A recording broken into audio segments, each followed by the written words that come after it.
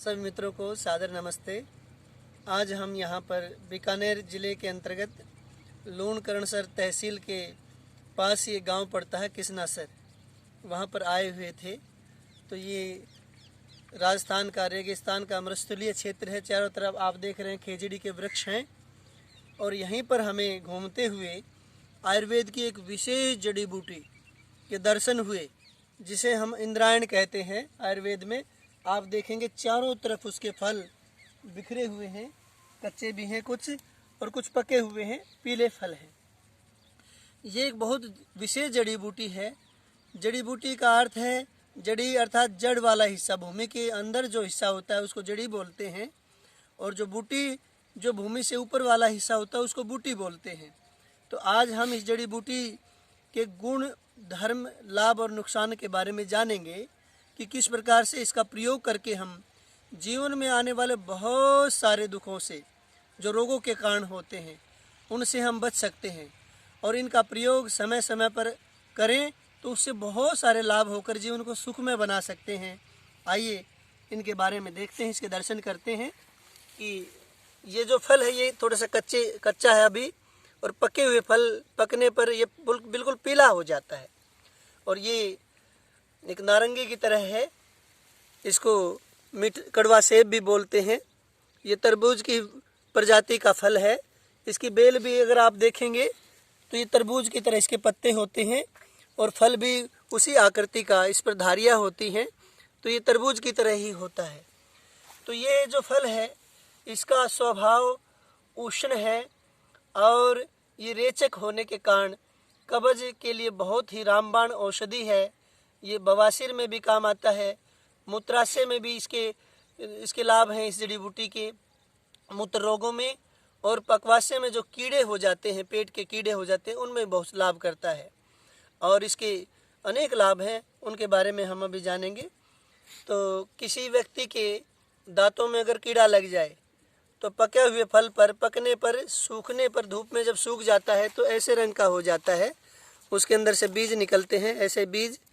ये भी बीज भी बहुत गुणकारी हैं। इनका तेल निकलता है, तो उनका तेल का हमें लाभ बाल काले करने में इसका प्रयोग होता है। तो मैं वो बताऊंगा कैसे इसका प्रयोग करके आप अपने बालों को काला कर सकते हैं और बाल जो झड़ रहे हैं उनको रोका जा सकता है। तो इसका चूर्ण जो है वो बहुत ही गुणकारी है। इसके चूर्ण को आप अगर दांतों में कीड़ा हो तो इसकी भूसी, जैसे तम्बाकू होता है ऐसे ही चिलम में भरकर पीने से, धुआं लेने से मुख में थोड़ी देर रखें तो दांतों के अंदर जो कीड़े हैं वे निकल जाते हैं, मर जाते हैं। तो इसका एक प्रयोग तो ये हुआ।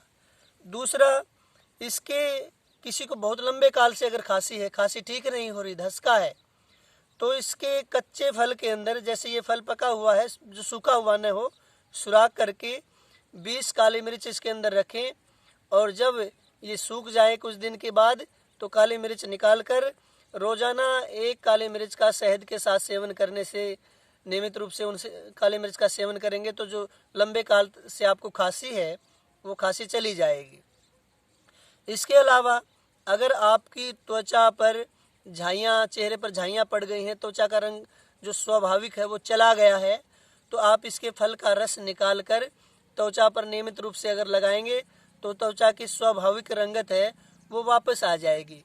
इसके अलावा अगर आपके चेहरे पर मुहासे हो गए हैं और वे धब्बे बन गए, वे ठीक नहीं हो रहे हैं, तो इसका जो रस है वो एंटीबैक्टीरियल है। तो अगर आप इसके रस को उन मुहासों पर लगाएंगे तो वे मुहासे के अंदर जो बैक्टीरिया है वे समाप्त हो जाएंगे और आपके मुहासे ठीक हो जाएंगे, दाग धब्बे भी नहीं रहेंगे। इसके अलावा इस रस का प्रयोग आप और भी बहुत सारी चीज़ों में कर सकते हैं। एक में प्रयोग आपको इसकी जड़ का प्रयोग, इसकी जड़ भी बहुत गुणकारी है। अभी कोई न कोई जड़ आपको मिलेगी, तो जड़ आपको दिखाएंगे।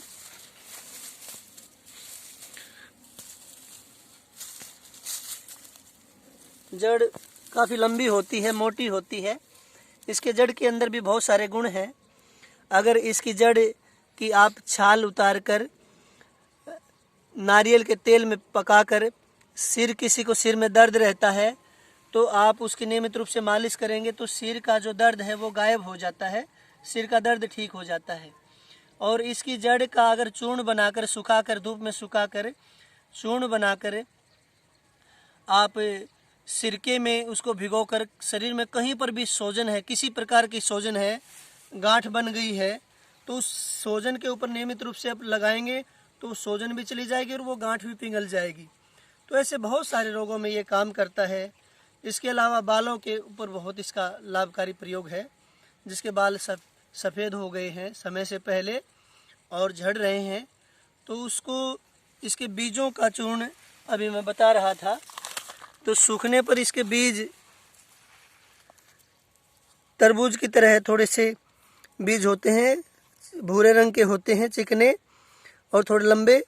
तो उन बीजों का आप तेल निकाल सकते हैं। आजकल तो पोर्टेबल कोल्हू आ गया है, उसमें आप तेल निकाल लें और बराबर मात्रा में नारियल या तिल का तेल मिलाकर इसका नियमित रूप से आप बालों में लगाएं, मालिश करें बालों सिर की, तो आपके जो बाल झड़ रहे हैं वे रुक जाएंगे और जो बाल आपके सफ़ेद हो गए हैं वे पुनः काले हो जाएंगे। तो ऐसा इसका प्रयोग किया जा सकता है। और इस फल की जो तीव्रता है वो बहुत ज़्यादा है, बहुत ज़्यादा तीखा होता है। तो कमज़ोर आदमी को इसका सेवन नहीं करना चाहिए, क्योंकि अधिक दस्तावर थोड़ा सा ज़्यादा अगर सेवन, कमज़ोर व्यक्ति को इसका सेवन नहीं करना चाहिए, क्योंकि इसके फल के चूर्ण से क्या होता है, बहुत अधिक दस्तावर होने के कारण इसका सेवन करने से दस्त ज़्यादा लग सकते हैं, पेट में मरोड़ उठेंगी जिससे भयंकर दर्द हो जाएगा। तो कमज़ोर आदमी को इसका सेवन नहीं करना चाहिए। इसकी तीव्रता को कम करने के लिए बबूल जो कीकर होती है उसका गोंद और शहद में मिलाकर 3 मासे, 1.5 मासे से 2.5 मासे तक इसके सेवन करने के लिए विधान है। 3 मासे चूर्ण को आप कीकर, बबूल के गोंद और शहद में मिलाकर गोलियां बना लें, उसे सेवन करें तो पेट के लिए भी बहुत अच्छा रहेगा।